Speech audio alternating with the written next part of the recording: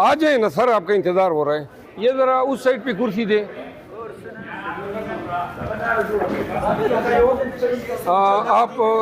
आप दोनों उधर हो जाएं। नहीं साहब, आप इधर आ जाएं। ये यहाँ से कुर्सी, ये कुर्सी निकाल दो जरा। ना ना, ये इधर करो ना, इधर से अंदर करो, उधर करो यार, बस जगह देखिए बराशी।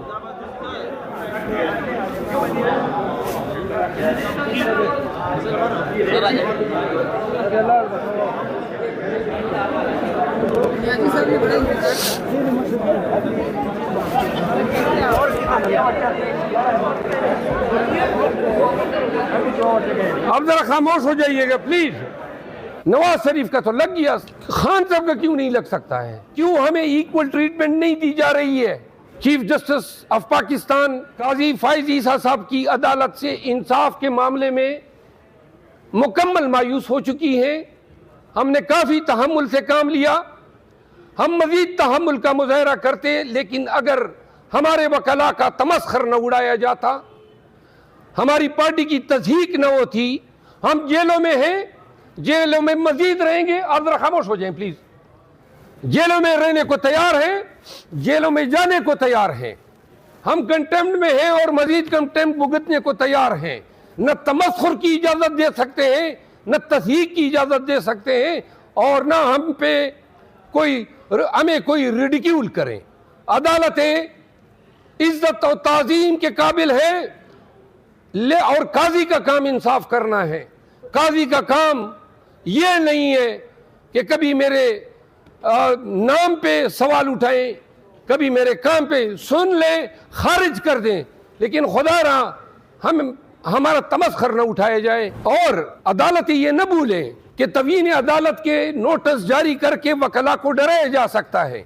हम अदालतों की ताज़ीम करते हैं, इज्जत करते हैं, हम डरते नहीं अदालतों से। और ये जबान जो है, जो किसी भी जज साहब की है, वो जब तक आदाब और तहजीब के दायरे में होती है, हम 10 गुना कोरन से बजा लाते हैं।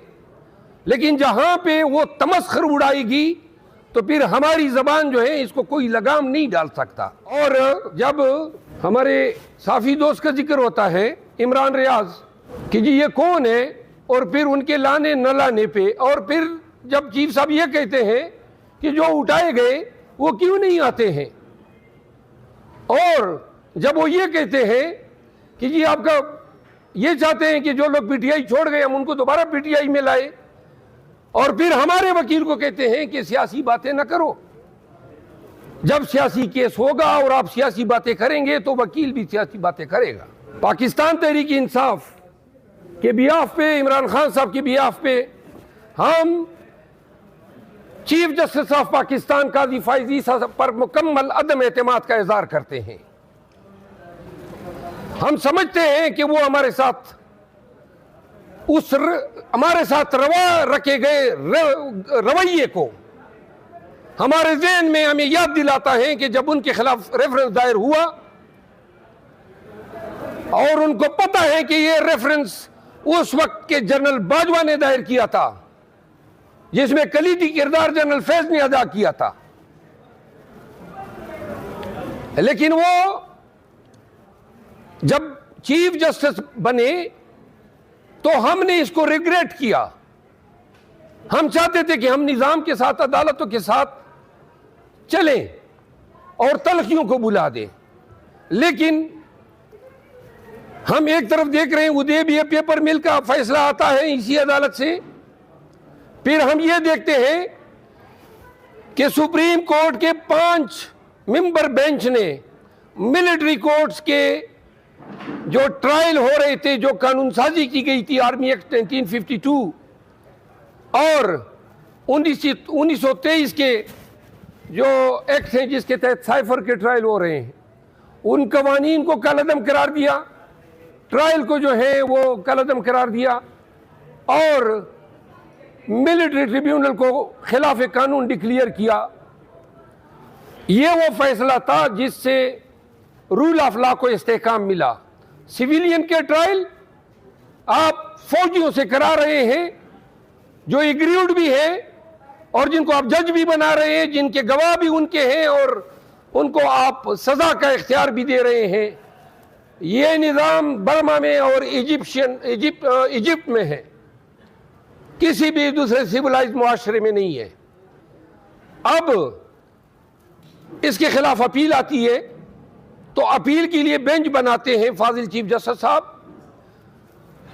मियाँ नवाज शरीफ के भाई शहबाज शरीफ जाते जाते ये तोहफा भी दे गए, प्रैक्टिस एंड प्रोसीजर एक्ट, जिसके तहत सीनियर मोस्ट 3 जज साहिबान जो हैं वो बेंचेस कॉन्स्टिट्यूट करते हैं।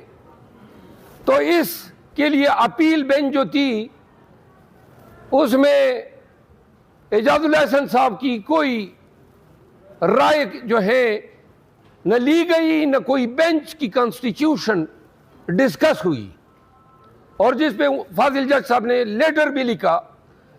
अब जो ही वो बेंच बनता है वो भी 6 मेंबर का बेंच, जिसमें से 1 डाइसेंट देती है और 5 वर्सेस 5 उस ऑर्डर को सस्पेंड किया जाता है। यानी कि फौज की अदालतों में ट्रायल को जो है दोबारा शुरू कराया जाता है। ये किस तरह का इंसाफ है? आप मुनसिफ हैं, लेकिन ये कानून जो है ये तो रियासत की अमानत है। इसकी इस तरह की इंटरप्रिटेशन और फिर इंटरलॉक्यूटरी स्टेज पे, इंटरिम स्टेज पे आप कह रहे हैं कि जी ट्रायल कंक्लूड करें। ये बेंच जो है फाजिल जज ऑफ द सुप्रीम कोर्ट के इस लेटर के तनाजर में हम समझते हैं कि कानून के मुताबिक नहीं बना है, तो लिहाजा इसका आउटकम या फैसला जो है वो एक वैलिडली कॉन्स्टिट्यूटेड बेंच का फैसला तस्वुर नहीं होगा। मुजरिम इख्तियारी रहा, और जब पाकिस्तान आता है तो रेड कारपेट वेलकम किया जाता है, मीनार पाकिस्तान में जलसा कराया जाता है, और फिर पूरा निज़ाम नवाज शरीफ के आगे सरनगू हो जाता है। हम ये सवाल करने में हक बजानिब हैं कि ये कौन सा अदालती मयार है। इस पेशे से तो हम भी वाबस्ता हैं, पूरी जिंदगी हमने कानून की लर्निंग को दी है। हमने तो ऐसे फैसले, ऐसे अदालती कंडक्ट को नहीं देखा है। और अदालती ये न भूलें कि तवीन अदालत के नोटिस जारी करके वकला को डराया जा सकता है।